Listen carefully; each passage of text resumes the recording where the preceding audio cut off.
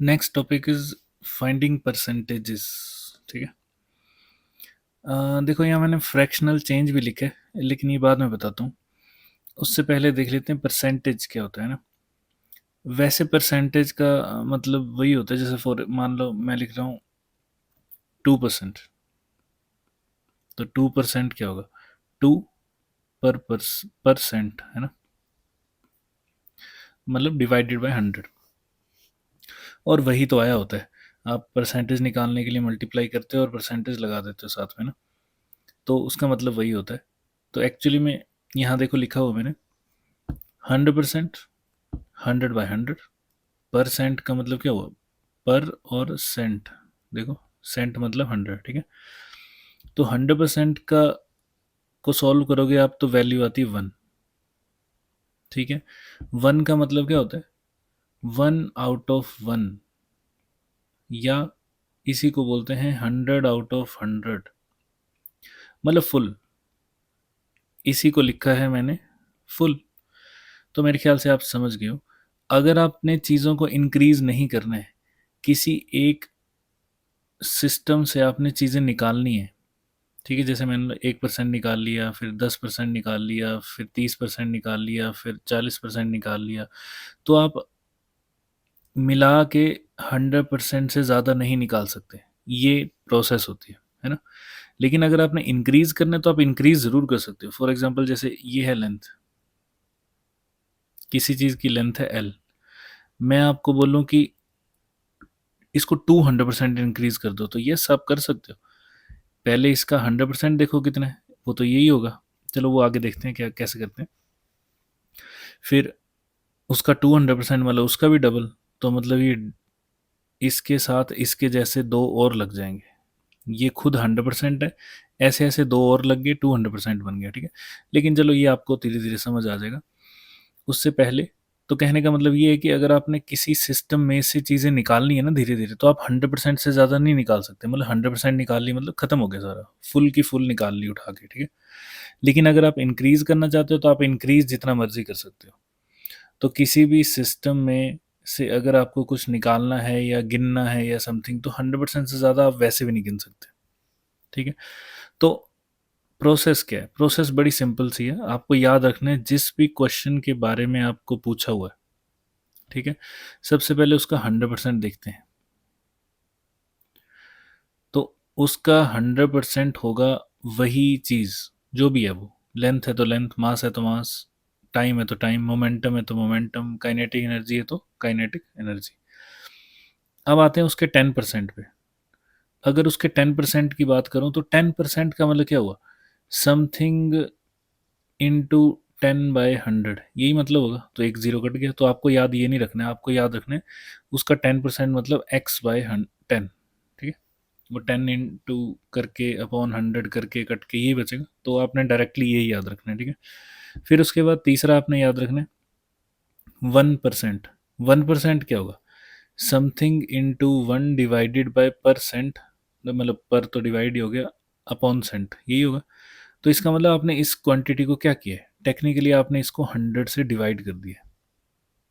ठीक है। वैसे तो इससे छोटे की जरूरत पड़ेगी नहीं, लेकिन अगर पड़ती है तो मतलब 0.1%। तो 0.1% भी आपको पता क्या होगा? 1/1000। तो इसका मतलब x/1000 हो जाएगा ये। बस इसका ध्यान रखना है। ठीक है। तो मेन फंडा सारा का सारा यही है। ठीक है। इस चीज़ को आपने याद रखना है। यही आपके प्रोसेस को सिंपल कर देगा। जैसे हम क्वेश्चन शुरू करते हैं 400 का। अब मेरे को 400 पूछा है। तो मान लो मेरे को पूछ लिया कि आप ये बताओ कि जैसे 400 का पहले हम कुछ चीज़ें निकाल लेते हैं। एग्जाम्पल के लिए 400 का 100%। तो मैंने आपको क्या बताया? किसी भी चीज़ का 100% क्या होता है? वही चीज़। लो 400 आ गया। नेक्स्ट, 400 का 10% क्या होगा? 400 का 10% होगा, मैंने आपको बताया 10% निकालने के लिए आपको उस क्वांटिटी को बस 10 से डिवाइड ही करना है सिर्फ। तो कर दो डिवाइड। तो ये कितना आ जाएगा? 400/10। कट गया। कितना आ गया? 40। पर अब आपको याद रखना है ठीक है, जो भी नंबर यहाँ लिख रहे हो उसको डिवाइडेड बाय 10 करना है ना, तो 40 आ गया। अब बताओ 1% कैसे निकलेगा? 1% निकालने के लिए क्या करना था, 100 से डिवाइड करना था। तो आपको ये सब चीज़ें याद रख लेनी है अब। तो इसको 100 से डिवाइड करोगे तो आपको पता है 400/100 क्या होता है, जस्ट 4। ठीक है, अब इसके बाद एक और अलग से निकाल लेते हैं हम, विच इज़ 0.1%। तो टेक्निकली हम बाय 10 करते जा रहे हैं ना, तो यहाँ बन जाएगा आपका 400 डिवाइडेड बाय, सॉरी 400 नहीं, हाँ 0.1% निकालना है, 400 डिवाइडेड बाय 1000। मैंने आपको बोला 0.1% निकालना पड़ा, तो उसका मतलब है आपने 1000 से डिवाइड कर दिया उसको, तो कर दो, तो ये बन गया 0.4। ठीक है, अगर आप 1% निकाल सकते हो तो आप सारी चीज़ें निकाल सकते हो। 1% को मल्टीप्लाई ही तो करना है उसके साथ। ठीक है, तो ये यूनिटरी मेथड के हिसाब से भी कर सकते हो आप, डायरेक्टली ऐसे भी कर सकते हो, कोई प्रॉब्लम नहीं है। अब जो मर्जी निकाल लो। मान लो मैं आपको बोल रहा हूँ कि इसका 7% निकालो, तो क्या करोगे? 7 × 1%। 1% तो आपने ऑलरेडी निकाल लिया है, और वो कितना था? वो था 4। तो 7 4 28 आंसर। ठीक है, हो सकता है आपसे पूछा हो कि 0.4% बताओ, तो क्या आपने 0.1% निकाला है? तो बिल्कुल निकालना है, उसको 4 से मल्टीप्लाई कर दो, तो कितना आ जाएगा? 0.1% ये था, तो 0.4 × 4, 4 4 16, तो 1.6% आ गया। तो ऐसे करके आप आंसर निकाल सकते हो। कोई और देख लेते हैं। मान लो आपको बोल दिया कि निकाल दो 400 का 60%, तो फिर क्या करोगे? 6 × 10%। 10% आपने निकाल लिया। देखो ये पहली बार आप देख रहे हो इसलिए आपको लिखना पड़ेगा, अदरवाइज आप डायरेक्ट कर सकते हो, ठीक है, बिना लिखे भी। तो 10% जो भी निकला था वो था 40, तो 6 × 40, this is your answer. 240 answer आ गया। ठीक है, और कुछ निकाल के देख लेते हैं।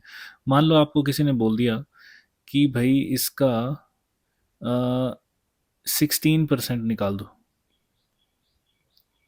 ओके, तो या तो क्या करो, अगर तो वैल्यू छोटी है तो आप 16 को मल्टीप्लाई कर दो 1% से, है ना। 1% था इसका 4, तो 16 4 कितने होते हैं? 64। ठीक है, लेकिन अगर आपको हाँ, इसका दूसरा तरीका भी हो सकता है। आप 10% निकाल के रख लो प्लस 1%, है ना, और उसको 6 से मल्टीप्लाई कर दो, ये भी तो एक ही बात है। ये देखो, तो 10% देखो कितना था, 10% था इसका 40, प्लस 1% था इसका 4, इसको 6 से मल्टीप्लाई आप कर चुके हो ऑलरेडी, यहाँ कहीं किया, अच्छा 60% निकाला था वो, तो 6 से मल्टीप्लाई करोगे इसको तो कितना आ जाएगा? 24। तो देखो बन गया फिर से 64 आंसर। तो ऐसे आप निकाल सकते हो। ओके, ये आसान इसलिए लग रहा है क्योंकि ये वैल्यू सच में आसान है, 400 बस आसान सी वैल्यू एक। ठीक है, लेकिन अगर इसकी जगह कुछ और होता, जैसे कि ये आपने लिख लिया होगा, मैं मिटा देता हूँ, वरना आप पीछे जाके स्टॉप करके लिख लो इसको। मान लो इसकी जगह दिया होता 232, ये एक नंबर है,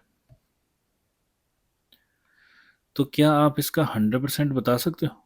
तो बिल्कुल बता सकते हो, वही तो होगा जो है 232। कितना आसान है देखो। क्या आप इसका 10% भी बता सकते हो? यस बिल्कुल, 10 से डिवाइड कर दो। 10 से डिवाइड करने का मतलब हो गया ये आ गया 23.2। देखो अब आपको सॉल्व करने की जरूरत नहीं पड़ेगी, वो फर्स्ट टाइम मैंने डिवाइड करके दिखाया आपको, है ना। दूसरा, 1% निकाल सकते हो इसका। यस, 100 से डिवाइड करना होता है इसके लिए, तो 100 से डिवाइड करेंगे तो 2 जीरो आ जाएंगे नीचे, तो मतलब 2.32 आ जाएगा। क्या आप इसका 0.1% भी निकाल सकते हो? तो यस निकाल सकते हो, 0.1%। तो उस केस में आपको क्या लिखना पड़ेगा यहाँ पे? उस केस में आपको 0.1% का मतलब 1000 से डिवाइड करना है, तो 0.232 आंसर आ गया आपका।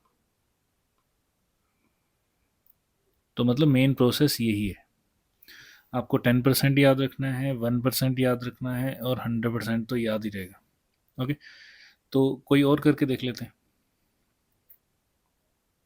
देखो 300, तो यहाँ पे 300 है, 300 का, तो पहले तो ये देख लो कि 100% क्या होगा।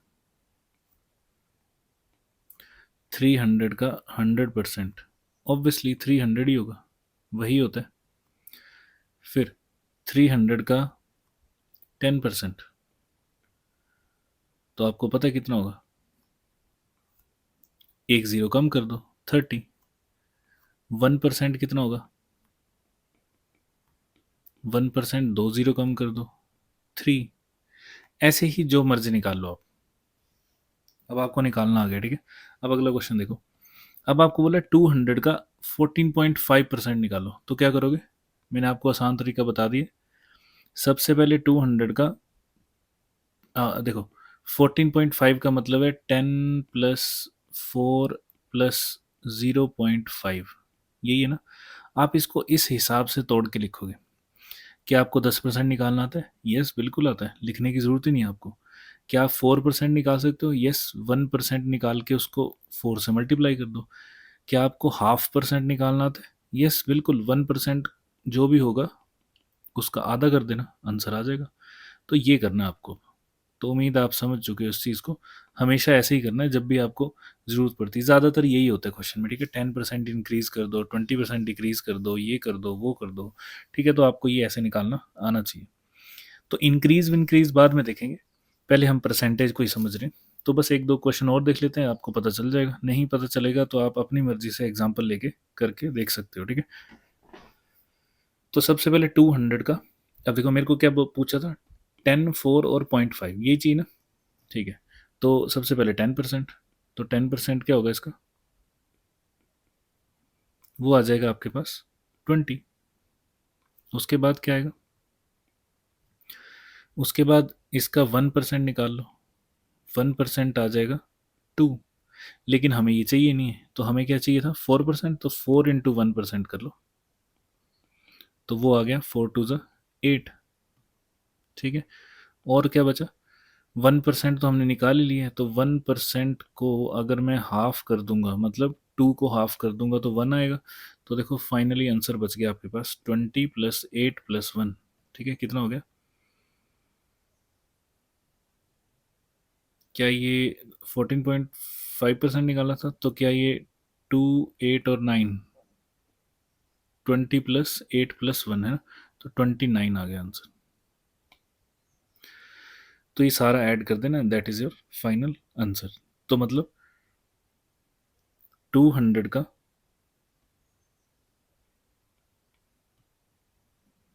14.5% इज 29।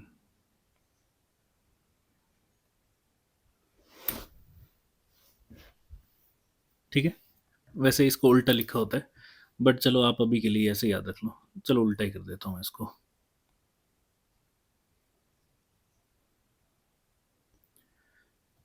तो 29 आ गया, तो इसका मतलब है यहाँ आपने क्या लिखना है, 14.5% ऑफ 200 इज 29।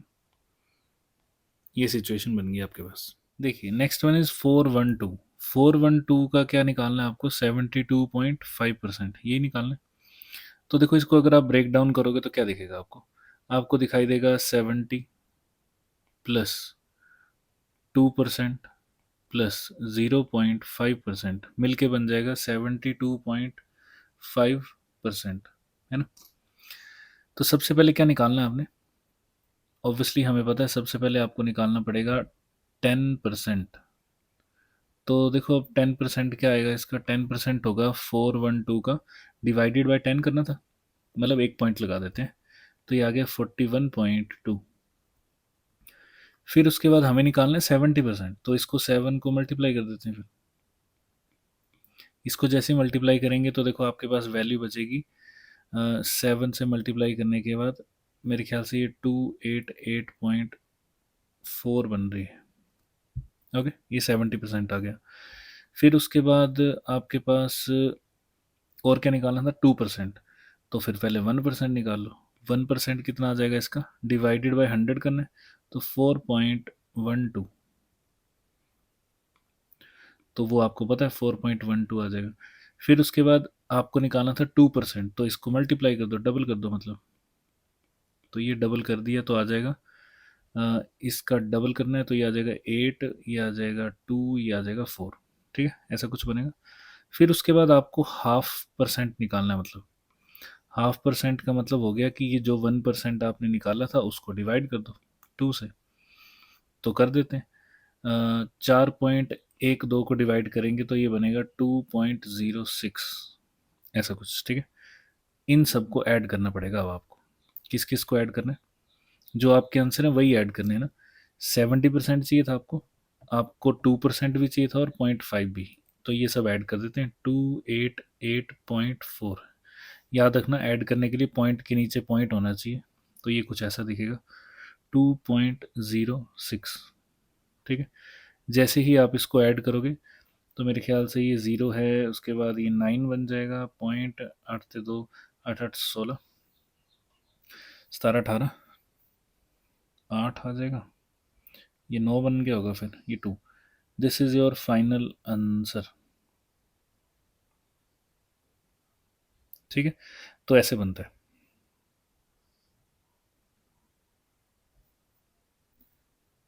तो ऐसे करके आप सॉल्व कर सकते हो इसको। और देख लेते हैं कुछ, जैसे यहाँ लिखा है 322। ओके, तो 322 का 15.3% निकालना है आपको। वैसे मैं आपको फिर से बता रहा हूँ, इतने खतरनाक नहीं आते हैं आपको, यही होता है 10% इंक्रीज कर दो, 10% कम कर दो, वगैरह वगैरह। वो मैं आपको भी बता दूंगा। उससे पहले इसको भी फाइंड कर ही लेते हैं। तो देखो, इस ये ब्रेक डाउन कैसे होगा, 15% का मतलब हो गया 10% प्लस 5 प्लस 0.3%। ठीक है, ये फाइंड करने के लिए आपको क्या क्या पता होना चाहिए, सिंपल, 10%।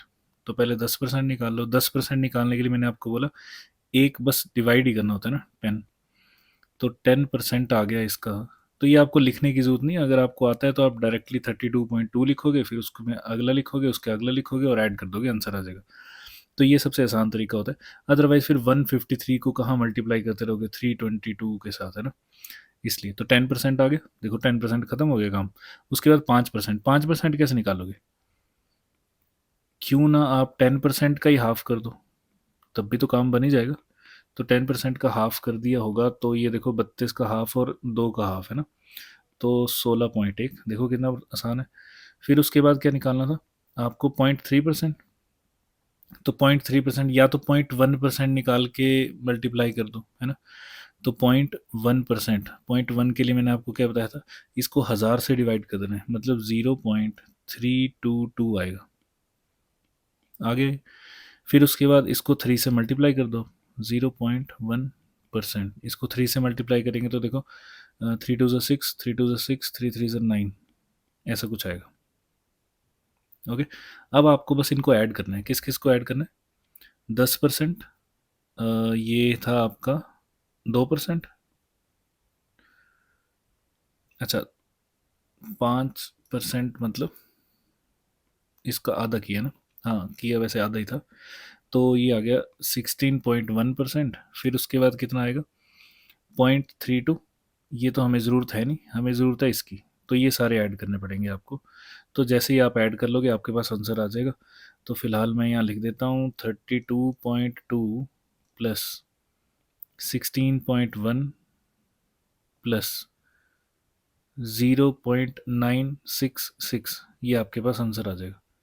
6 6 9 10 11 12 2 1, 6 3 3 9 और 3 1 4। तो देखो कितनी बड़ी वैल्यू आई और कितनी आसानी से आ गई। ठीक है, तो आपको बस ध्यान रखना है कि आंसर ऐसे निकाले जा सकते हैं। तो ये ऐसे समझ लो कि ये ट्रिकी होती हैं वैसे तो, बट मैंने आपको रास्ता बता दिया, सॉल्व आपने करना है। ठीक है, अब आते हैं कि क्वेश्चन और कैसे आ सकते हैं। तो मैंने आपको बोला था परसेंटेज चेंज के क्वेश्चन आते हैं। अच्छा, एक चीज़ और बता देता हूँ इसी से रिलेटेड। जैसे कि 50 का 20% कितना होगा? 50 का 20% निकालना है, तो 50 का पहले निकाल लो 10%। आपको पता है वो 5 होगा, और उसको डबल कर दो तो 10 आ गया। ठीक है, तो 50 का 20% होता है 10। अब ना इनको उल्टा कर दो। 20 का 50% वो होता है 10।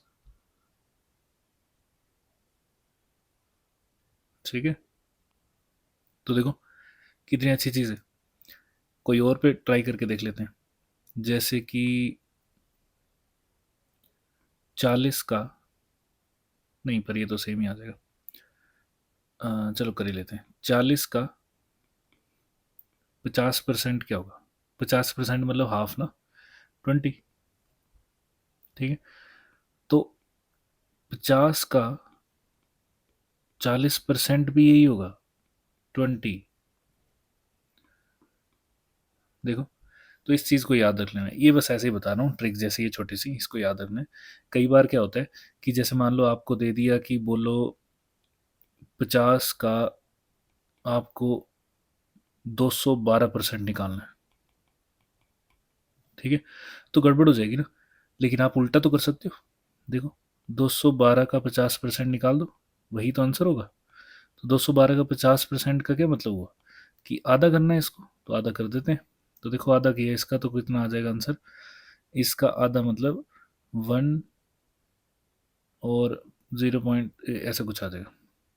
ठीक है, तो 50 का 212% इज 106, और होना भी चाहिए। 50 का 100% 50 होगा, 50 का 200% 100 होगा, तो उससे ज़्यादा ही होना चाहिए था। देखो उससे ज़्यादा ही है, वरना आप इसको इस ट्रिक से निकाल के देख लो। ठीक है, तो इस चीज़ को याद रखना है। ये एक एक्स्ट्रा चीज़ मेरे को याद आ गई थी, तो मैंने बता दिया आपको। चलो आगे चलते हैं। तो इसको हटा देता हूँ, ये आपने लिख लिया होगा। अब देखो, next one is change, percentage change. तो मैंने आपको बोला था चेंज भी बताऊंगा। तो चेंज का मतलब क्या होता है? देखो, लेट सपोज ये है लेंथ एल। ओके, और इसमें किसी वजह से कुछ चेंज आ गया होगा, हमें नहीं पता किस वजह से है, लेकिन आ गया। अब ये नई लेंथ बन गई एल डैश। तो ये इतना सा जो लेंथ एक्स्ट्रा हुई है, this is your change in length. ठीक है, दिस डेल्टा एल लिखते हैं इसको, चेंज इन लेंथ। अगर छोटा सा चेंज हुआ होता है तो हम डी एल लिख देते हैं। ठीक है, स्मॉल चेंज के लिए डी लगा देते हैं। वैसे चेंज इन लेंथ है, तो चेंज इन लेंथ का मतलब होगा न्यू लेंथ माइनस पुरानी वाली लेंथ। ठीक है, अब आपको क्वेश्चन क्या होते हैं? क्वेश्चन किसी फॉर्मूले से रिलेटेड होते हैं। जैसे मैं पहले इसी को करके दिखा देता हूँ। मान लो आपको बोला कि किसी रोड की जो लेंथ है वो थी एल। ठीक है, इसका इसको 200% इंक्रीज कर दिया। तो मैंने आपको बताया था 200% कैसे निकाल सकते हैं। इंक्रीज करने की बारे में आप 200 कर सकते हो, 100 से ज़्यादा जितना मर्जी ले सकते हो। ठीक है, लेकिन उसमें से अगर कुछ काट के निकालना है तो आप 100 से ज़्यादा काट के नहीं निकाल सकते, ये कहने का मतलब है। ठीक है, तो फिलहाल पहले तो लेंथ का 200% निकाल लो। तो बताओ इस लेंथ का 100% क्या होगा? ये खुद ही होगा ना। तो इसका 200% क्या होगा? इसका डबल, मतलब अपनी ही लेंथ का डबल। तो ये 2L हो गया। इतना इंक्रीज कर दिया। इंक्रीज करने का मतलब होगा इसी में ऐड कर दो। याद रखना, इसमें इंक्रीज करने का मतलब है ऐड करना। तो देखो न्यू लेंथ कितनी आ गई? क्या वो न्यू लेंथ पुरानी प्लस ये चेंज आ गया? This is your 3L। अब 3L आ गया। अब देखो चेंज कितना आया इस लेंथ में? Change is new length minus पुरानी length is equal to 2L। ये आ गया चेंज। इसको बोलते हैं चेंज करना, या इंक्रीज करना, या समथिंग निकालना। ठीक है, आगे देखो। तो change in length, change in kinetic energy, तो मैं तीनों चीज़ें बता देता हूँ आपको। क्वेश्चन इसी टाइप का होता है कुछ। तो अच्छा, उससे पहले एक चीज़ और, एक और अच्छी चीज़। मान लो आपको निकालना है, जैसे लेंथ दे दी एल, ध्यान से देखना, बड़ा इंपॉर्टेंट है, बड़ी जगह काम आएगा। लेंथ है एल इसकी, और आपको बोला है कि इसका ना इसमें इंक्रीज करना है। याद रखना, सिर्फ इंक्रीज और डिक्रीज के लिए बता रहा हूँ। अब इंक्रीज करना है 20%। ओके, अब आपको पता चल चुका है ना कि 20% इंक्रीज करने का मतलब है पुरानी वाली लेंथ में ही 20% इंक्रीज करना है ना। पुरानी वाली लेंथ तो आएगी ही आएगी, प्लस उसमें 20% ऑफ एल होगा। मेरे ख्याल से ये तो आपको पता लग ही गया अब तक। तो क्यों ना हम इसको ऐसे लिख दें, इस पहली वाली लेंथ को भी परसेंटेज में लिख दें। तो क्या हम इसको 100% नहीं लिख सकते? 100% ऑफ एल लिख सकते हैं। तो इसका मतलब इस पूरी क्वांटिटी को अब मैं लिख सकता हूँ 100% of L plus 20% of L. तो अगर आप ध्यान से देखो तो क्या ये ऑफ एल कॉमन आ सकता है? बिल्कुल आ सकता है। 120% ऑफ पुरानी वाली लेंथ। ठीक है, एक बार फिर से बता रहा हूँ। एक लेंथ है एल, आपको बोला है उसमें इंक्रीज कर दो 20%। ध्यान से देखना, 20% इंक्रीज करना है। ओके, तो अगर उस लेंथ में 20% इंक्रीज करना है, तो हम उस सिचुएशन को ऐसे लिख सकते हैं, पुरानी वाली लेंथ प्लस 20% उसमें इंक्रीज। इंक्रीज का मतलब यही हुआ, प्लस करना है, तो ऐसे लिख दिया। क्या इस लेंथ को हम ऐसे लिख सकते हैं कि ये 100% ऑफ पुरानी वाली लेंथ है? बिल्कुल लिख सकते हैं। प्लस 20% ऑफ पुरानी वाली लेंथ है, ये भी लिख सकते हैं। ये इंक्रीज करना है, तो ये इतना सा इसमें इंक्रीज करने वाला हो गया। तो टोटल इंक्रीज कितना हो गया? 120%। तो मेरे ख्याल से आप समझ गए। मान लो आपको बोला गया कि एक क्वांटिटी है एक्स, ठीक है, इसमें आपको इंक्रीज करना है 42%। तो क्या करोगे? इसका सीधा 142% निकाल दो, वही आपकी चेंज होने के बाद जो क्वांटिटी बनी न्यू वाली वो होगी। याद रहेगा, जैसे बोला काइनेटिक एनर्जी आपके पास ई, इसको कर दो 300% इंक्रीज। तो इसका मतलब आपने क्या करना है, 300% इंक्रीज करने को बोला ना, तो पुरानी वाली में 300% इंक्रीज करना है। तो आप क्या करो, लिख दो सीधा 100% प्लस 300%। याद रखना, परसेंटेज में ही ऐड करके लिखना है आपने। मतलब इसका आपको पुरानी वाली का सीधा 400% निकाल देना है, वही आपकी न्यू काइनेटिक एनर्जी होगी। तो उम्मीद है आप समझ गए, बट फिर भी मैं यहाँ लिख देता हूँ अच्छे से।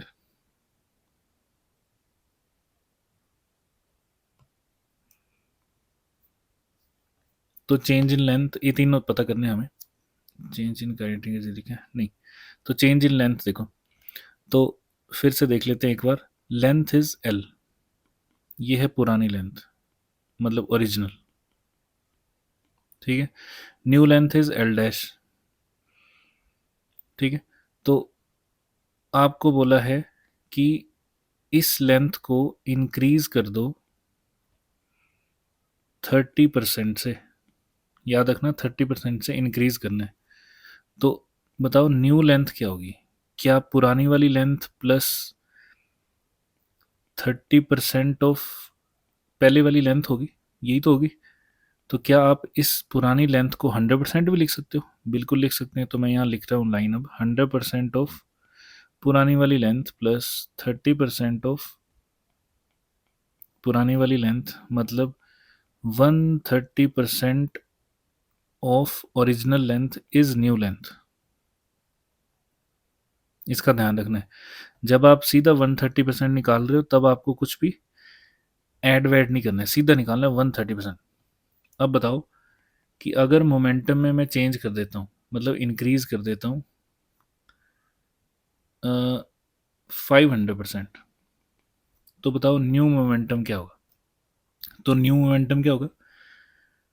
100 प्लस 500% ऑफ ओरिजिनल, मतलब 600% ऑफ पी, मतलब 6p, क्योंकि 100% इज पी।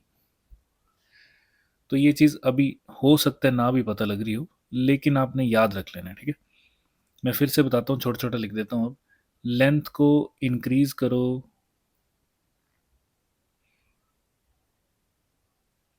60%, तो न्यू लेंथ जो होगी वो होगी 160% ऑफ पुरानी ओरिजिनल लेंथ, ठीक है। मान लो मैं बोल रहा हूँ वाई को इंक्रीज करो 12%, तो न्यू जो वाई आएगा वो होगा डायरेक्टली 112% ऑफ ओरिजिनल, ठीक है। ऐसे ही एक दो क्वांटिटीज और लिख देता हूँ, माइनस में भी वैलिड है ये। लेंथ को डिक्रीज कर दो बाय 20%, ठीक है। तो न्यू लेंथ होगी 100-20% ऑफ एल। तो मतलब आपने डायरेक्ट निकाल देना है 80% ऑफ एल, होना भी चाहिए। अगर मान लो मैं 20% निकाल देता हूँ तो कितना बचा, 80%। तो क्वेश्चन आपको ये भी दिखाई देंगे ऐसे, उसमें लिखा होगा कि अ, ये कोई मटेरियल था, ठीक है, इसमें से 30% चला गया तो कितना बचेगा, सिंपल 70%, मतलब 100 - 30। अगर यहाँ कोई मटेरियल था, ठीक है, जो भी मटेरियल था उसको 100% ही मानोगे ना। इसमें अगर मैं 30% और ऐड कर दूं तो कितना हो गया, क्या ये टोटल मिला के 130% हो जाएगा, इसीलिए हम डायरेक्ट 130% निकाल सकते हैं, ठीक है। जो मर्जी नंबर बोलो, 1% बोलो 1% निकाल देंगे, ठीक है। अगर 1% बोलोगे तो न्यू लेंथ आ जाएगी 101% ऑफ पुरानी लेंथ। बस इस चीज़ का ध्यान रखना है, ठीक है। आगे देखो, अब परसेंटेज चेंज के साथ साथ एक और चीज़ आती है, फ्रैक्शनल चेंज, ठीक है। तो परसेंटेज चेंज तो अभी निकालना नहीं है, मैंने सिर्फ आपको चेंज ही बताया है ना, कि इतने परसेंट इंक्रीज करेंगे तो ये आएगा, ये करेंगे तो वो आएगा। परसेंटेज चेंज अभी नहीं पूछा है, परसेंटेज चेंज अभी निकालना है हमें। फ्रैक्शनल चेंज देख लेते हैं। देखो, फ्रैक्शनल चेंज का मतलब कुछ खास नहीं होता है, वही होता है change in length upon original length, याद रखना, ये मतलब होता है। अगर आपको पूछा है fractional change in kinetic energy, तो change in kinetic energy divided by kinetic energy. Momentum में पूछ रहा है तो चेंज इन मोमेंटम अपॉन पुराना मोमेंटम। अब देखो यहाँ क्या लिखा है, क्वेश्चन में लिखा है कि 220 को इंक्रीज कर दो बाय 20%, तो क्या करना है। मैंने आपको बोला न्यू जो वैल्यू आएगी वो क्या होगी, वो होगी इसका 120%, तो निकाल दो 120%, 120% ऑफ 220, ठीक है। अब इसको निकालने के तरीके आपको ऑलरेडी पता है, 100% अलग से लिख दो, वही पुराने वाले में ही ऐड होगा वैसे तो। 100% कितना होगा इसका, 220, 10% क्या होगा, 22, तो 20% क्या होगा, मल्टीप्लीकेशन करके, तो वो कितना आ गया, 22 का डबल 44। इन सबको ऐड कर दो, your answer is ready. 100 + 10 sorry, ये वाला तो ऐड ही नहीं करना है ना, इसको और इसको ऐड करना है, तो आंसर आ जाएगा आपके पास 264। तो जो न्यू वैल्यू बनी है इसकी वो 264 बन गई, क्योंकि हमने सिर्फ 20% ही तो इंक्रीज किया है। आप 20% निकालो, वो ऐड कर दो, एक ही बात है, जैसे मर्जी कर लो, ठीक है। अब आते हैं फ्रैक्शनल चेंज, आपको पता लग गया। अब आते हैं परसेंटेज चेंज पे, या कोई क्वेश्चन देख लेते हैं। तो क्वेश्चन में, अच्छा यहाँ क्वेश्चन लिखे, देखो लिखा हुआ है कि if P is 400, P is increased by 12%, तो कितना होगा। तो न्यू P इज, मैंने आपको बोला था अगर वो 400 है तो पहले आप 400 का या तो 12% निकाल लो, वही तो इंक्रीज होगा। P में इंक्रीज करवाना है 12%, तो न्यू P कितना होगा, ठीक है। तो न्यू P होगा पुराना वाला P प्लस इसका 12%। तो 12% निकालने का तरीका मैंने आपको बता दिया है, आप चाहो तो यहाँ साइड में निकाल के देख सकते हो। 400 का 10% निकालो, 1% निकालो, वो जो कि आपको पता ही है अब तो। और 2% निकालने के लिए इसको डबल कर देना, सिंपल। तो देखो 400 का 10% क्या होगा, 400 का 10% इज 40। ठीक है, 400 का 1% 4, 4 दूनी 8, 2% 8, तो 48 आंसर आ गया। मतलब 48 आ गई वैल्यू। पुराना पी कितना था 400, तो 448 आंसर आ गया। This is your new P. देखो कितनी आसानी से निकल रहा है, बिल्कुल ऐसे ही क्वेश्चन होता है। ठीक है, अब देखो नीचे क्या लिखा है, वेलोसिटी 40% है, इसको 50% इंक्रीज कर दो। ये तो आपको पता ही है, 40 का 50% क्या होता है, 40 का 50% मतलब इसका आधा, 20।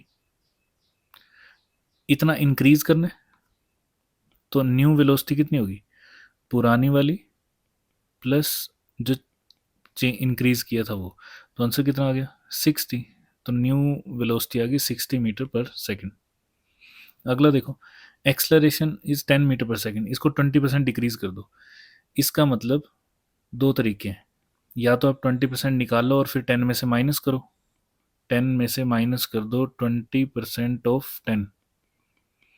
ठीक है, या दूसरा तरीका, पहले जो थी वो 100% थी ना, उसमें से 20% अगर कम कर दोगे, मतलब डिक्रीज किया, मतलब हटा दिया ना, 20% साइड कर दिया, तो बची कितनी 80%। तो डायरेक्ट 80% निकाल लो, 80% ऑफ 10। अब 80% ऑफ 10 कैसे निकलता है, आपको याद है 100 का 80% 80 ही होता है, तो 10 का 80% 8 ही होगा, जीरो कम कर दो। तो एक्सलरेशन बची 8 मीटर पर second square. This is your new acceleration. तो देखो ऐसे ही किए जाते हैं, ऐसे ही आपने अपनी मर्जी से कुछ वैल्यूज लेके देख लेनी है।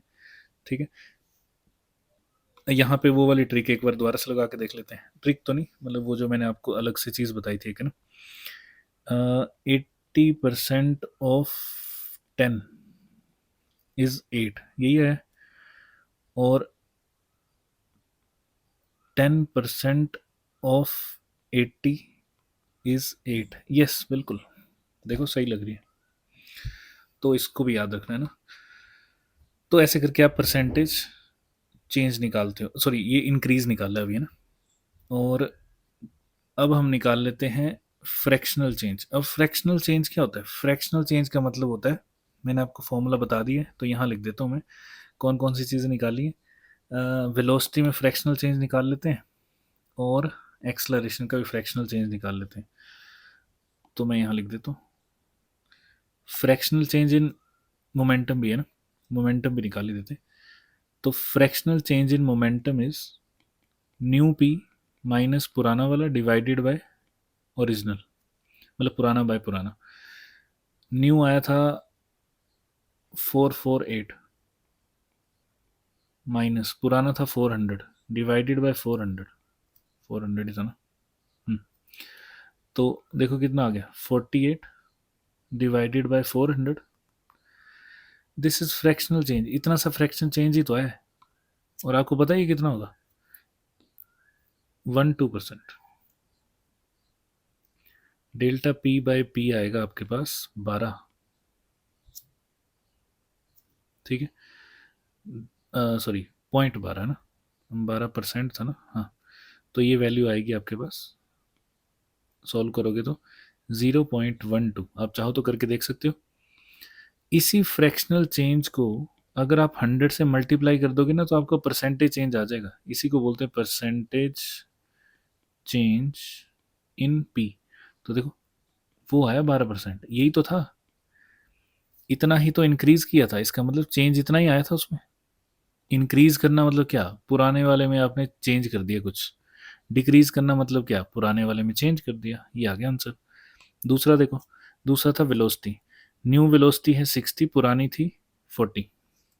तो न्यू माइनस पुरानी बाय पुरानी कितना आ गया, 60 - 20, सॉरी 40 थी शायद, 40 डिवाइडेड बाय 40। अगर आप इसको सॉल्व करोगे तो पता कितना आएगा, 0.5। देखो आ गया 20/40 विच इज़ 0.5। और अगर आप इसको मल्टीप्लाई कर दोगे तो आ जाएगा percentage change in V, V था नहीं, हाँ V, percentage change in V. और percentage change in V, percentage कैसे निकालते हैं, इसको मल्टीप्लाई करके, तो इसको 100 से मल्टीप्लाई करो, देखो 50% आ गया। तो देखो क्रॉस चेक भी हो गया। वेलोसिटी को अगर आप 50%, वेलोसिटी को अगर आप 50% इंक्रीज करोगे तो वो बन गई 60 मीटर पर सेकेंड, ठीक है। तो वेलोसिटी में परसेंटेज चेंज कितना आया, अगर 40 से वो 60 हो गई है तो परसेंटेज चेंज आया 50%, एक ही बात है, घूम फिर के वहीं आ गए, ठीक है। तो ये क्रॉस चेक भी हो गया आपका और आपको निकालना भी आ गया। तो उम्मीद है आपको ये निकालना आ गया, तो आपने अच्छे से इसको अब समझ लेना है और याद कर लेना है।